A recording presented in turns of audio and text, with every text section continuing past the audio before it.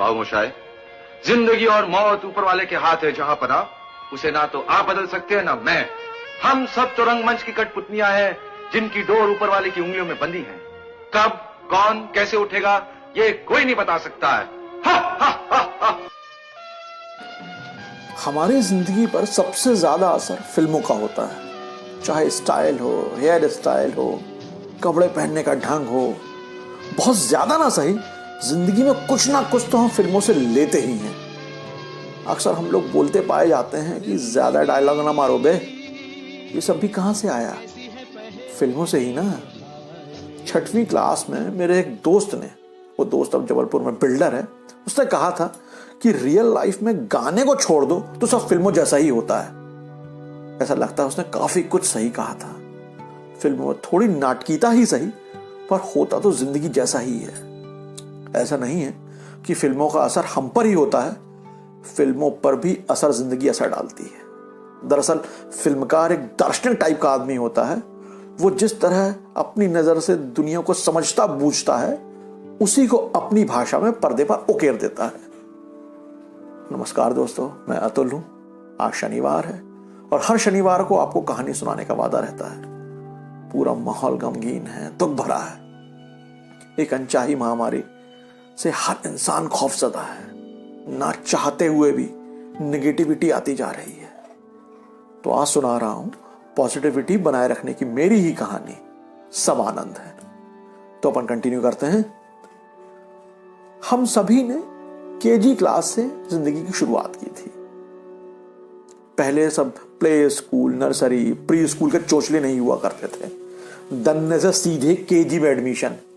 कुछ ऐसे भी महारथी हैं जिन्होंने सीधे पहली में एडमिशन लिया। कई लोग मिल जाएंगे आपको।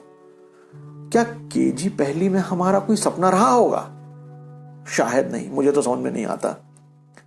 अगर मैं सही हूं तो 90 के शुरुआती सालों तक, 1990 के शुरुआती सालों तक प्राइवेट स्कूलों की कोई झाए झाए नहीं थी।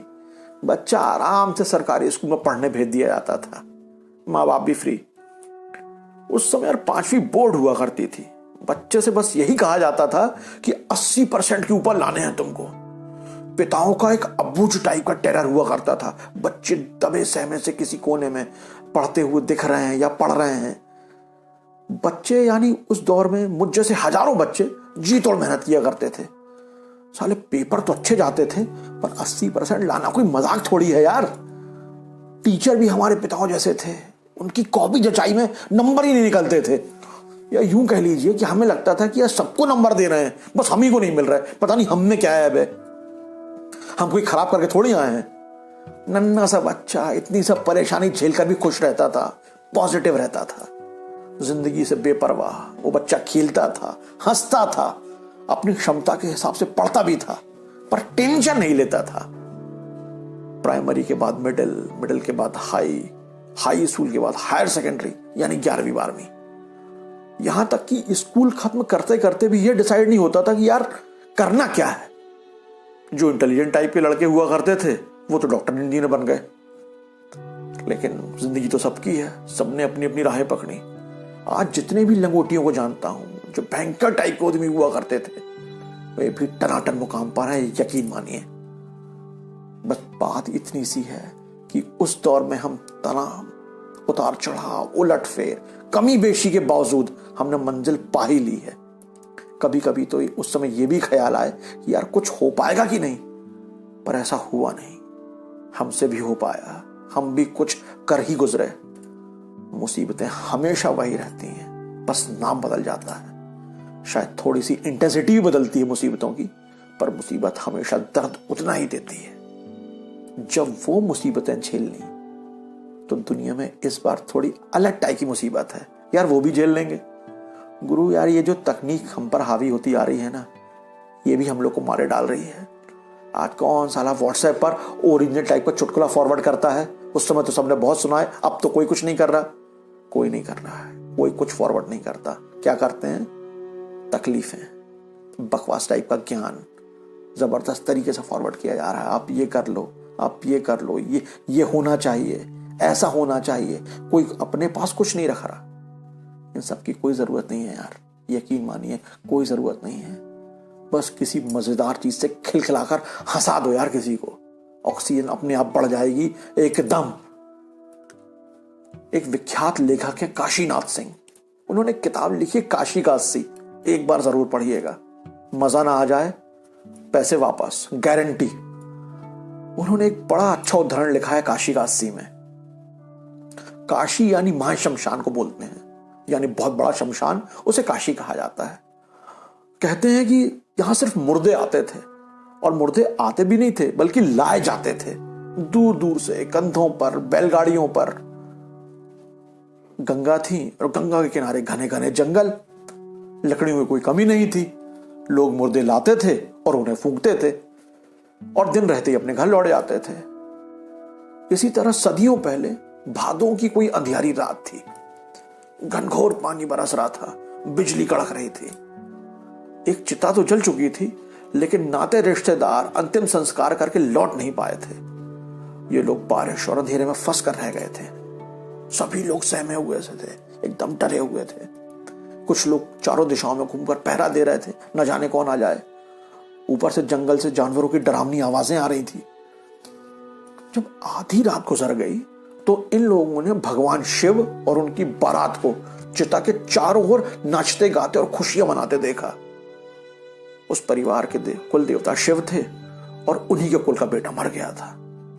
जिस बेटे के लिए ये लोग रोए जा रहे थे, उसी के लिए शिव और उनके गण नाच गा रहे थे, खुशियां मना रहे थे। यही सब देखकर उन लोगों को एहसास हुआ कि जिंदगी हाय तौबा मचाने के लिए नहीं है, मस्त रहने के लिए है। जीने के लिए भले ही गंगा का पानी हो, पीने के लिए तो आंखों के आंसू ही हैं, सब आनंद ही है। बस यही थी आज की कहानी। दोस्तों, जिंदगी और मौत सिक्के के दो पहलू हैं। हजारों जानें जा रही हैं, कोई भी बुरी खबर आ जाती है कहीं से भी, लेकिन ऐसा सिर्फ ऐसा ही नहीं है, नई कोपलें भी फूट रही हैं। सब ईश्वर की इच्छा है, यकीन मानिए। मेरा एक छोटा भाई सरीखा है, बिहार का है। पटना के एक अस्पताल में 28 तारीख को उसकी पत्नी ने स्वस्थ बिटिया को जन्म दिया है, कहीं कोई दिक्कत नहीं। ऐसा हजारों घरों में हो रहा होगा। जिस आनंद का कालजयी डायलॉग आपने शुरुआत में सुना, वो कैंसर की लाइलाज बीमारी से पीड़ित था। उसे मौत दिख रही थी उस शख्स को, पर जिंदगी, बची हुई जिंदगी शान से हंसी मजाक करते हुए वो जीना चाहता है। कहते हैं सबसे ज्यादा अंधेरा तब होता है जब सुबह होने वाली होती है। हौसला रखिए, शायद महामारी की विभीषिका का अंधेरा छटने ही वाला हो। ज्ञानवाणी ज्यादा हो गई हो तो माफी चाहता हूं। अगले शनिवार शाम 6 बजे आनी के YouTube चैनल पर एक नई कहानी लेकर आऊंगा। तब तक स्वस्थ रहिए, खुश रहिए, अपनों के साथ रहिए और सुनते रहिए मुझे, यानी अतुल को। जय हिंद।